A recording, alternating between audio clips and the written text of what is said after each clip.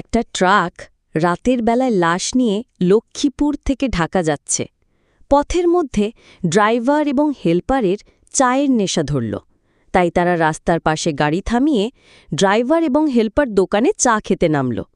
তারা দোকানে বসে চা খাচ্ছে।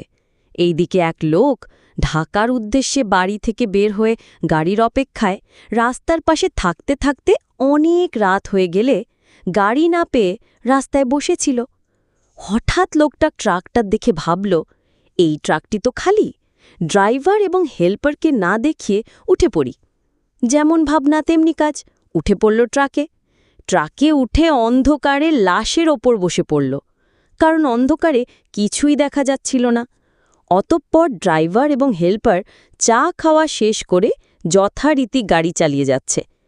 কিছুক্ষণ পর ট্রাকে বসা লোকটা একটা সিগারেট ধরে মনের সুখে টানতে লাগল।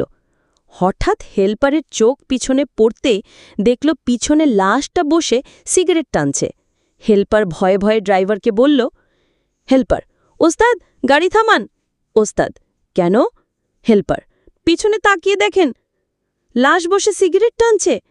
দূর বেটা, এটা কেমনে হয়? হেলপার, দেখেন না আপনি।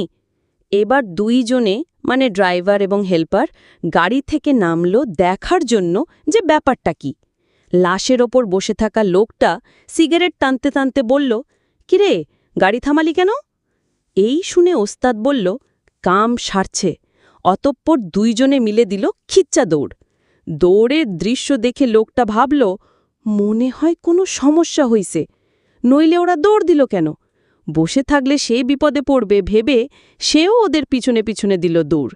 হেলপার পিছনে তাকায় দেখে লাশটাও ওদের পিছনে পিছনে দৌড়াইতেছে। হেলপার বলল, ওস্তাদ, আজ আর রক্ষা নেই, ওই লাশটাও আমাদের পিছনে দৌড়াচ্ছে, তাড়াতাড়ি যান বাঁচাইয়ে ভাগেন।